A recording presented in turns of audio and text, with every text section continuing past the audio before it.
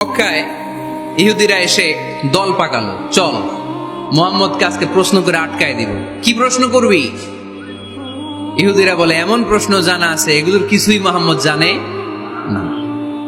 ইহুদিরা এসে হাজির, মুহাম্মদ আমরা কালিমা পড়ে মুসলমান হব। আল্লাহ রাসূল তো মহা খুশি, তাই আসো, তবে শর্ত আছে। কি শর্ত? 3টা প্রশ্নের উত্তর দিতে পারলে লাইন ধরে আমরা সব কালিমা পড়ে ফেলবো। কোন 3টা প্রশ্ন বলো? তারা প্রশ্ন শুরু করলো। প্রশ্ন নাম্বার 1, মা হুয়া রূহ। মুহাম্মদ বলো তো, রুহু কারে বলে? রুহু কি? রুহু কাকে বলে? এই যে রুহু, এটা দেহের মধ্যে ঢুকলে মানুষ নড়ে চড়ে, অ্যানিমেশন, জীবন্ত প্রাণবন্ত, আছে না নাই?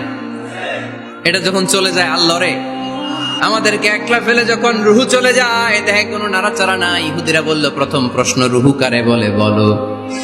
2 নাম্বার প্রশ্ন, মানহুম আসহাবুল কাহাফ। আসহাবে কাহাফ সম্পর্কে কি জানো? কি জানো বলো। গুহাবাসীদের সম্পর্কে কি জানো? অনেক আগে তারা এসেছিল পৃথিবীতে। 3 নাম্বার প্রশ্ন, মান হুয়া যুলকারনাইন। যুলকারনাইন সম্পর্কে কি জানো বলো। প্রশ্ন কয়টা? প্রথম প্রশ্ন কি সম্পর্কে? রূহ। দ্বিতীয় প্রশ্ন আসহাবে কাহাফ। তৃতীয় প্রশ্ন যুলকারনাইন।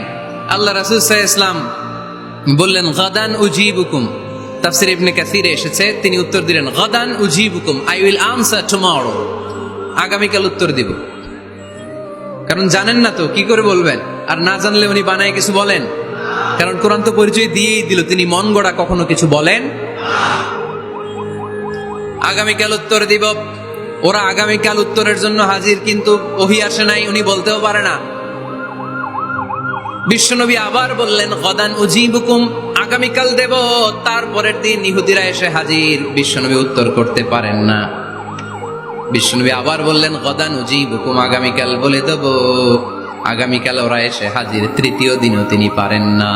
এসে হাসাহাসি শুরু করছে, এই মক্কার লোকেরা দেখো, এই লোকটা এতদিন তোমাদেরকে ভুল বুঝাইছে। এই লোকটা এতদিন বলেছে তিনি নবী।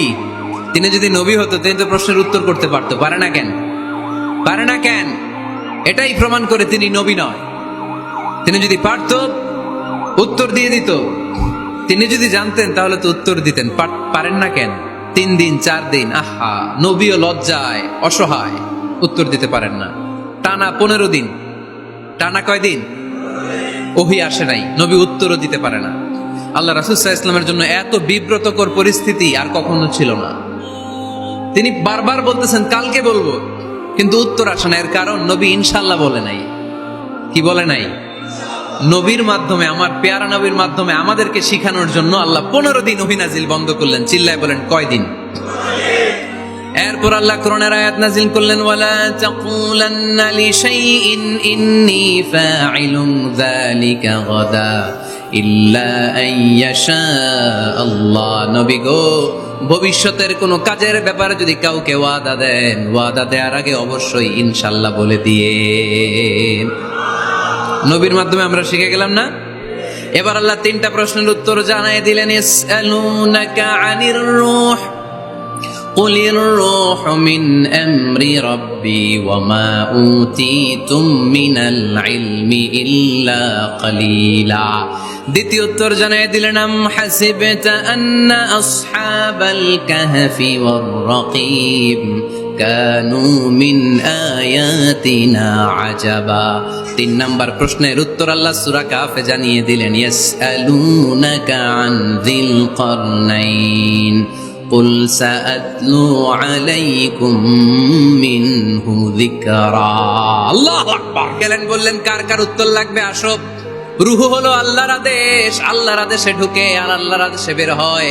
আসহাবে কাফের 7 জন ছেলে ছিল, গুহার মধ্যে আল্লাহর ভয়ে ঢুকেছে। 309 বছর পরে আল্লাহ তাদেরকে আবার ঘুম থেকে জাগিয়েছে।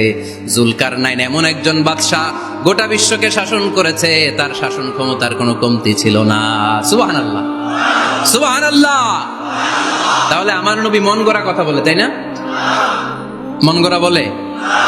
হি ওয়াজ গাইডেড বাই ওয়াহী, he was guided by revelation. উনার কাছে ওহী না আসলে, ওহী না নামলে তিনি কখনো কোনো কথা বলেন